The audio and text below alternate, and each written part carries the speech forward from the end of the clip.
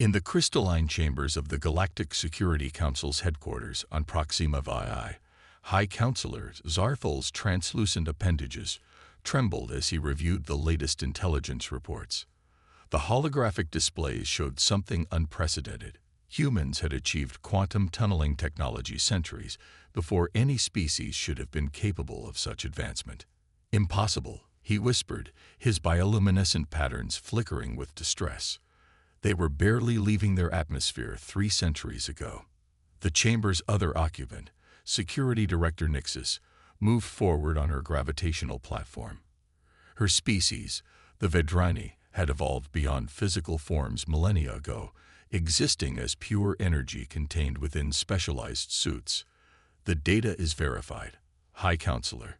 Human civilization has not only mastered quantum tunneling, but they're also experimenting with dimensional fold technology."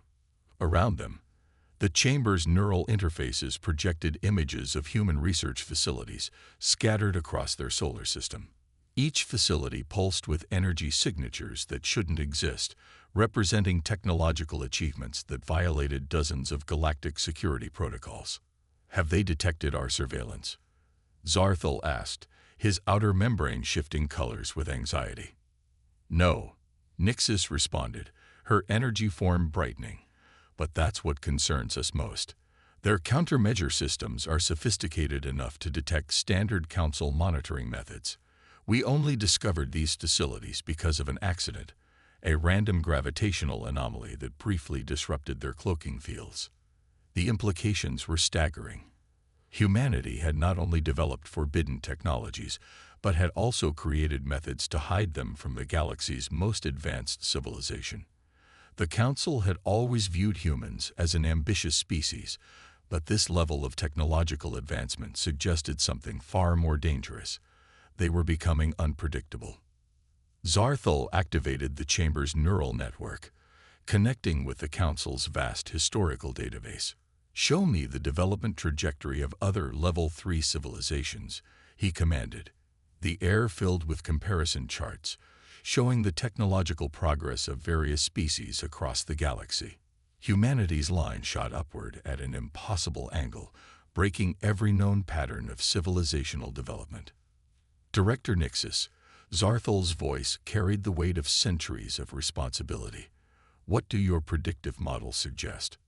Nixis's energy form dimmed slightly, a sign of grave concern among her kind. "At their current rate of advancement, humans will achieve Level 4 status within 50 years. They'll have technology capable of restructuring reality itself within a century." Without proper evolutionary preparation, Zarthel finished the thought. Without the wisdom that comes from millennia of gradual advancement. The chamber fell silent as both beings contemplated the implications. The Council had guided thousands of species through their technological adolescence, ensuring they developed the ethical framework necessary to handle increasingly powerful technologies. But humans had somehow bypassed this process, achieving through determination and ingenuity what should have taken eons of careful progress. A subtle vibration rippled through the chamber as another being entered. Ambassador Krell of the Archivists, one of the oldest species in the galaxy. His crystalline form caught the light, sending rainbow patterns across the walls. "I've reviewed the data," he announced without preamble. "We have a more immediate concern than their technological advancement." Zarthel and Nixis turned their attention to the new arrival. The Archivists rarely involved themselves in Security Council matters, preferring to maintain their role as neutral observers of galactic history. "They're not just developing these technologies," Krell continued, his voice resonating through the crystal structures of the chamber. "They're sharing them. Our deep coverage agents report that human scientists are freely publishing their research, making it available to anyone with the capability to understand it. Sharing weapons-grade technology." Nixis's energy form flared with alarm.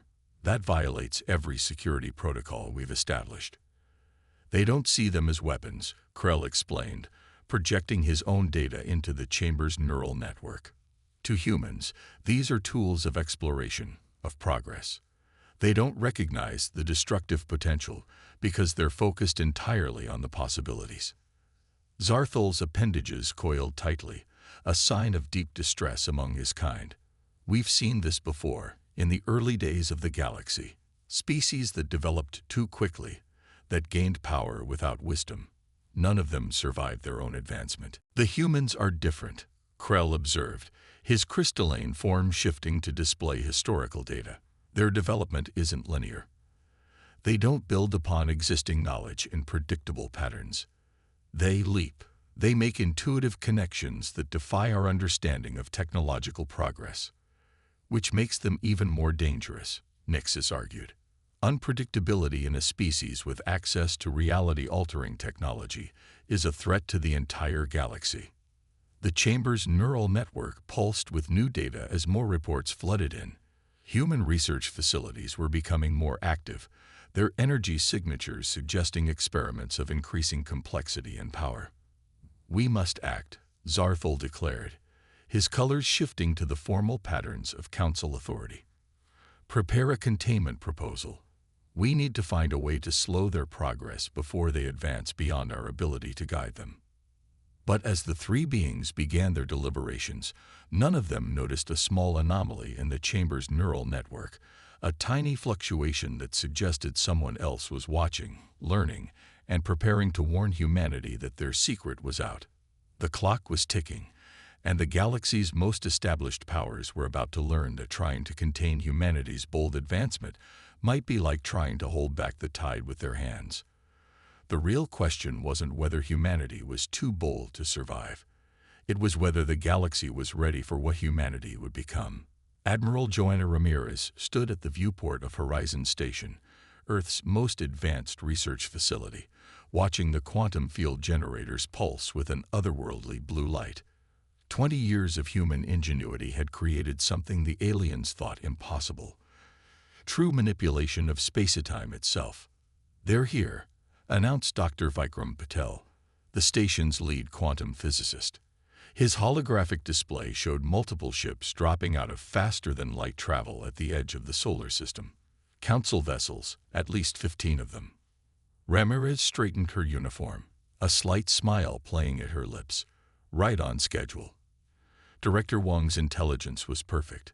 The mention of Wong made everyone in the command center pause. The mysterious intelligence director had warned them 3 months ago about the Council's discovery of their research. Instead of halting their work, humanity had accelerated it. "Project Prometheus status?" Ramirez asked, turning to face her crew. Dr. Isabella Santos, head of dimensional research, pulled up a complex series of equations. "The fold drive is stable. We've achieved 97% efficiency in the latest tests. Whatever the Council thinks they know about our capabilities, they're already 3 steps behind."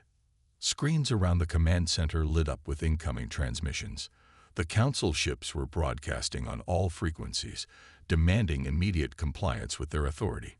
Ramirez let them talk. "Start the sequence," she ordered. Deep within Horizon Station, machinery that defied conventional physics hummed to life. The quantum field generators increased their output, creating a cascading effect that rippled through space-time itself. "Admiral," Dr. Patel's voice carried a note of concern. "The Council ships are charging weapons. They're not here for negotiations." "They never were," Ramirez replied. "Humanity knew this day would come. That's why we prepared." Across the solar system, hidden facilities similar to Horizon Station activated their own quantum field generators, a network of humanity's most advanced technology, working in perfect synchronization, began to alter the very fabric of reality around Earth. The Council ships launched their first salvo, energy weapons designed to disable rather than destroy. But the beams never reached their targets. They vanished into the quantum field surrounding Earth's defensive perimeter. "Magnificent," Dr. Santos whispered, watching the data stream across her displays. "The field is performing better than our simulations predicted. Their weapons literally cease to exist before they reach us." Ramirez activated the general broadcast channel. "This is Admiral Joanna Ramirez of Earth Defense Command to all Council vessels. Your weapons cannot penetrate our quantum defense grid. We suggest you reconsider your approach." The response came from a being identifying itself as High Counselor Zarthal. This technology is forbidden. You risk the stability of the galaxy itself. Stand down immediately. With respect, Counselor, Ramirez replied, humanity doesn't recognize your authority to declare any technology forbidden. We are not your subjects. We are not your children. And we will not be contained. As if to emphasize her point, Project Prometheus entered its final stage. The quantum field generators reached maximum power, and reality itself seemed to hold its breath. All stations report ready, Dr. Patil announced. Dimensional fold initiating in 3, 2, 1. The space around Horizon Station rippled like water. A hole opened in the fabric of the universe, not a crude wormhole like the Council used for faster-than-light travel, but a true fold in space-time. Through it, they could see another galaxy, impossibly distant by conventional measures. By the first ones came the stunned voice of a Council commander. They've achieved controlled dimensional manipulation. This is beyond forbidden. This is impossible. Dr. Santos couldn't suppress a laugh. Impossible. We've barely started. Through the quantum field's interference, they detected the Council ships attempting to communicate with their superiors.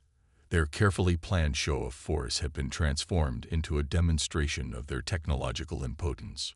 Launch the probes, Ramirez ordered. One by one, autonomous research vessels passed through the dimensional fold, carrying humanity's instruments to places no being had ever explored. Admiral, a communications officer called out, "We're receiving a transmission from Director Wong." Text only. Ramirez read the message and smiled.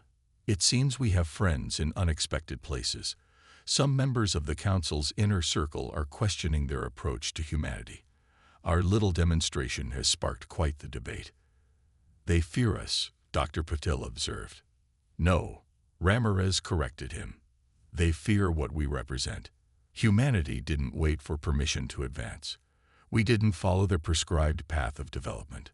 We saw the boundaries of possible and impossible, and we chose to ignore them both. The dimensional fold maintained its stability, a testament to human engineering and determination. Through it, they could see wonders that no Council species had ever witnessed. This was humanity's true nature, not to wait for guidance, but to forge ahead into the unknown. They'll try to stop us, Dr. Santos said, watching the Council ships maintain their defensive positions. Let them try, Ramirez replied.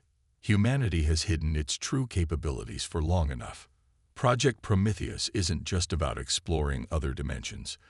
It's about showing the galaxy that we won't be bound by anyone's rules but our own. As if in response to her words, more Council ships began arriving in the system. But now they maintained a respectful distance, their weapons powered down. They had come expecting to find an upstart species in need of correction.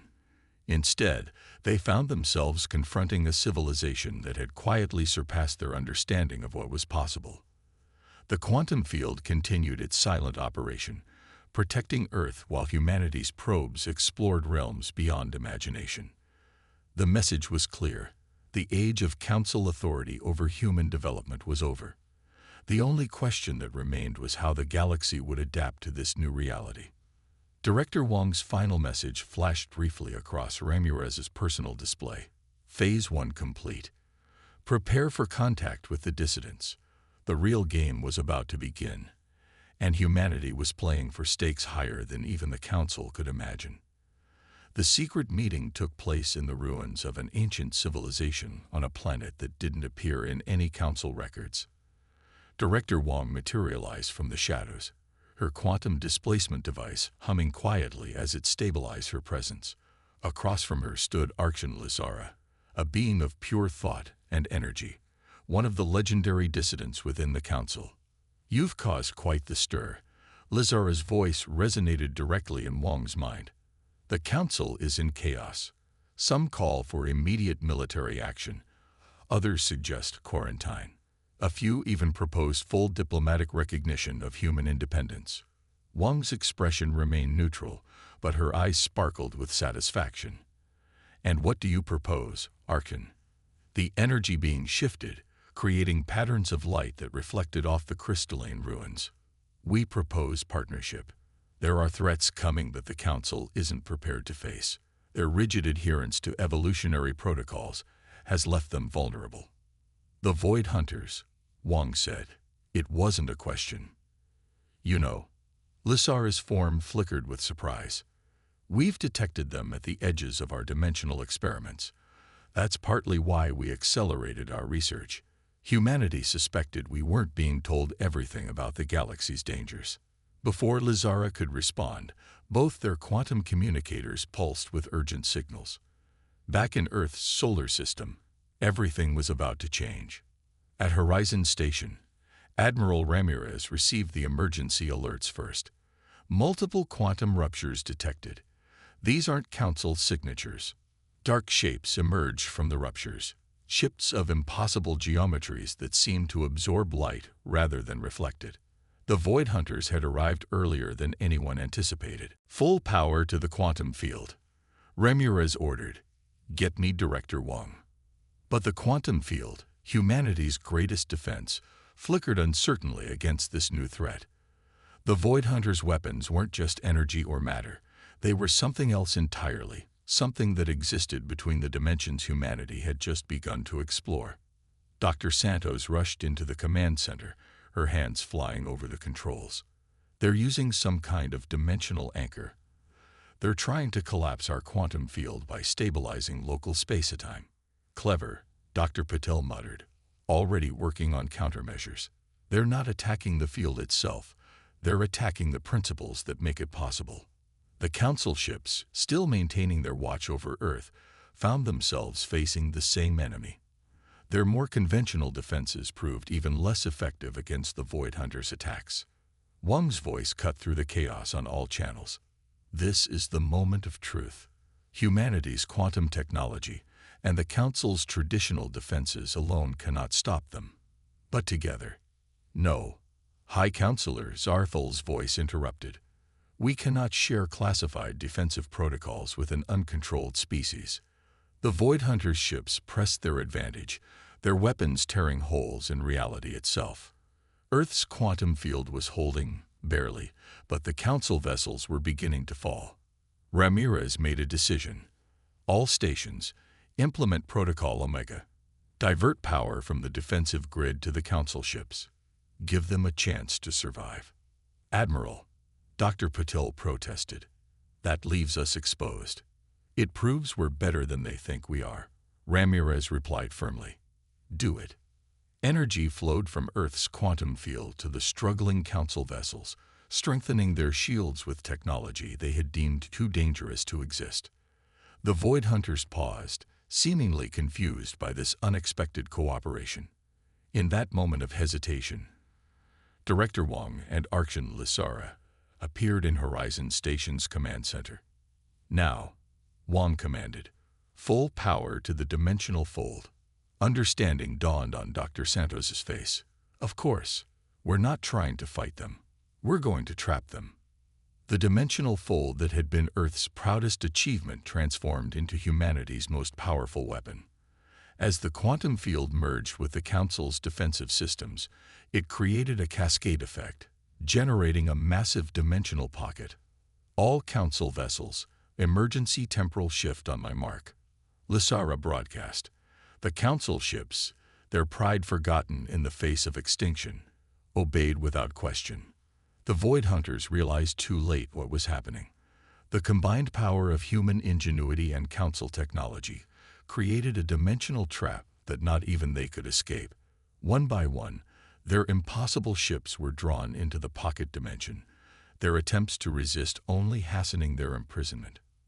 When it was over, silence fell across the solar system. The dimensional fold sealed itself, trapping the Void Hunters in a prison of warped space-time. Earth's quantum field stabilized, and the Council ships emerged from their temporal shift. Well, Ramirez said, breaking the tension, I believe this changes things. Indeed. Zarthel's voice was subdued. We may have misjudged humanity's readiness for advanced technology. No, Wong corrected him. You misjudged humanity's capacity for both innovation and compassion. We could have left your ships to their fate. Instead, we risked our own survival to save you." Lizara's energy form pulsed with approval. "This is why the dissidents have been watching humanity with such interest. You don't just develop technology. You understand when to use it, and more importantly, when to share it." Dr. Santos was already analyzing the data from the encounter. "The Void Hunters will eventually break free," she warned. "This isn't a permanent solution." "No," Ramirez agreed, "but it buys us time.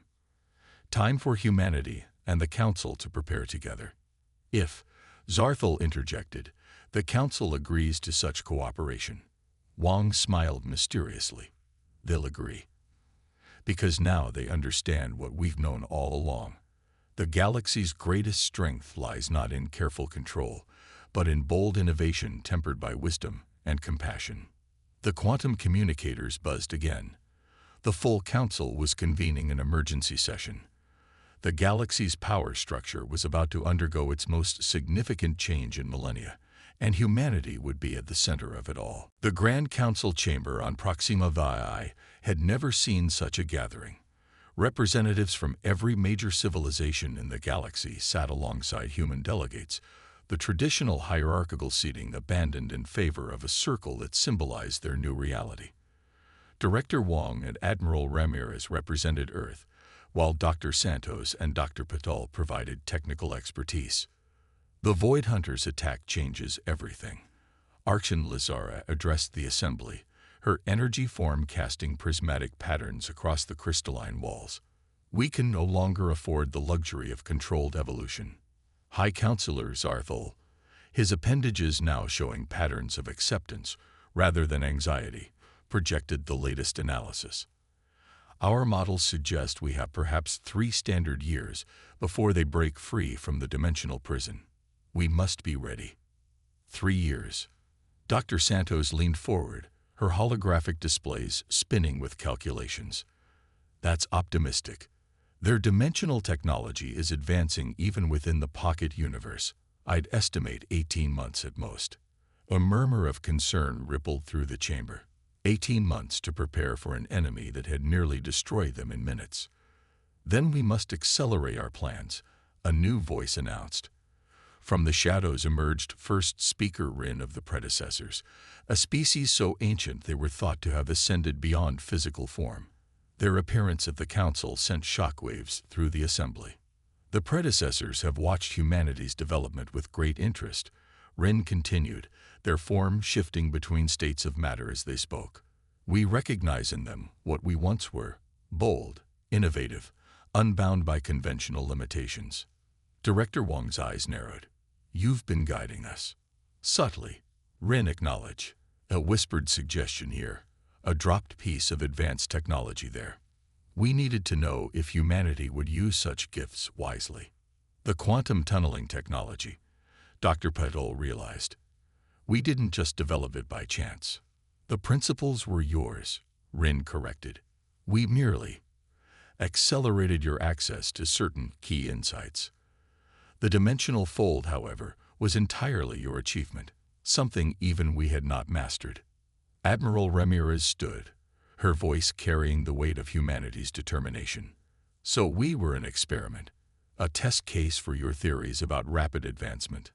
"You were hope," Lizar interjected. The predecessors and the dissidents recognized that the Council's careful approach to species development, while well-intentioned, left us vulnerable. We needed a species that could think beyond our limitations. The chamber's neural network suddenly pulsed with urgent data. Dr. Santos' hands flew over her controls, her face paling. "We have movement in the dimensional prison. The Void Hunters, they're communicating." Holographic displays materialized in the center of the chamber, showing complex patterns of energy that defied conventional physics. Dr. Patel moved to join his colleague, their minds working in tandem to decipher the signals. "It's not just communication," he announced after several tense moments. "They're reaching out to us, specifically to humans." "A trap," Zarthal declared.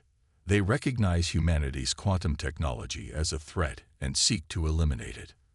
But Wang was already moving closer to the display, her eyes reflecting the strange patterns. No, they're asking for help. They're trapped between dimensions, have been for eons. Their attacks weren't invasion attempts. They were trying to find a way home. The chamber erupted in debate. The Void Hunters had been the galaxy's boogeymen for millennia, the ultimate threat that justified the Council's careful control of technological advancement.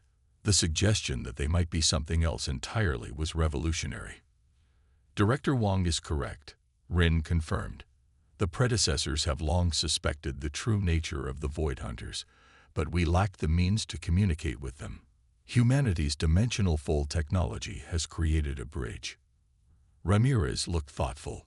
So instead of preparing for war, we should be working on communication and potential rescue. That, Lazara's form brightened, is exactly the kind of thinking that makes humanity unique. Where we saw only threat, you see opportunity. Dr. Santos was already modifying the dimensional fold equations. If we adjust the quantum harmonics, we might be able to establish stable communication. With the Council's energy technology and the predecessors' knowledge, we could free them, Dr. Patel finished.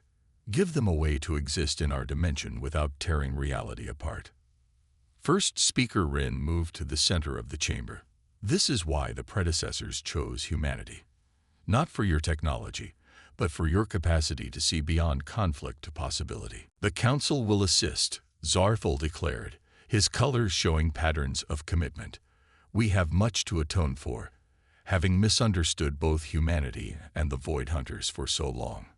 As the chamber buzzed with plans and possibilities, Wang smiled quietly. Everything had led to this moment. Humanity's bold advancement, the Council's fear, the predecessors' guidance, even the Void Hunters' desperate attempts at communication. The galaxy was changing, not through careful control but through understanding and cooperation. Admiral, she said softly to Ramirez, I believe we're going to need more quantum physicists. Already on it, Ramirez replied, sending orders back to Earth. Project Prometheus is about to get a lot more interesting. The future was uncertain, but one thing was clear. Humanity's boldness, once seen as a threat to survival, had become the galaxy's greatest hope. The real question wasn't whether humanity was too bold to survive, but whether the galaxy was ready for the changes that such boldness would bring. 6 months later, Horizon Station had been transformed. What was once Earth's secret research facility was now the center of the most ambitious joint project in galactic history.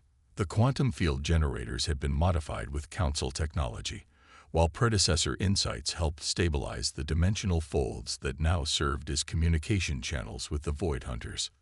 Director Wang stood in the new dimensional communication hub, watching as Dr. Santos and a team of mixed-species scientists worked to translate the complex patterns of Void Hunter communication into understandable form. Beside her, a holographic representation of a Void Hunter named Nexus rippled like dark water. Your species continues to surprise us. Nexus communicated, their thoughts translated through the quantum interface. We spent millennia trying to make contact, but our attempts to breach dimensional barriers always cause destruction. Sometimes the simplest solution is to build a door instead of breaking down walls, Wang replied. Though I wouldn't call our quantum technology simple. The station shuddered slightly as another test of the enhanced dimensional fold began. Dr. Patel's voice came over the comm system. Quantum harmonics stable, beginning phase 3 of the extraction protocol. In the 6 months since the Council meeting, they had learned the truth about the Void Hunters. They were researchers, like humanity, who had pushed too far too fast in their dimensional experiments. Without the stabilizing influence of quantum technology, they had become trapped between realities, their very existence a threat to the dimensional stability of the galaxy. Admiral Ramirez entered the hub, accompanied by High Counselor Zarthul and First Speaker Rin. The first test platform is ready, she announced. If this works, we'll have proof that Void Hunters can safely exist in our dimension. The test platform was a marvel of cooperation, human quantum technology, council energy containment, and predecessor wisdom, all working together to create a stable space where beings of pure dimensional energy could manifest in normal spacetime. Beginning transition, Dr. Santos called out. The air in the center of the platform began to ripple and darken.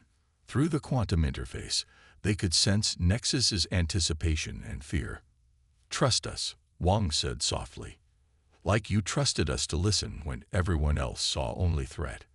The darkness coalesced, taking shape for the first time in what might have been millions of years. Nexus emerged, not as the terrifying void ship they had first encountered, but as a beam of shifting darkness and light, beautiful in its alienness.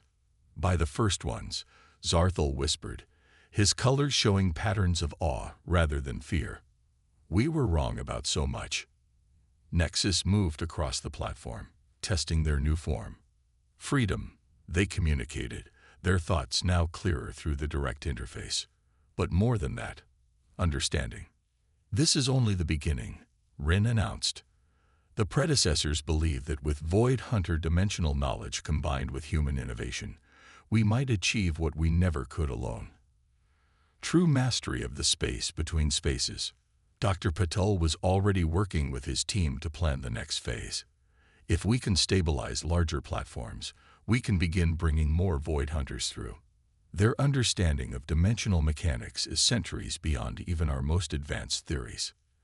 And that, Wang smiled, is exactly what the Council once feared about humanity. Advancement too rapid to control. "We were wrong," Zarthal admitted. "The galaxy doesn't need control.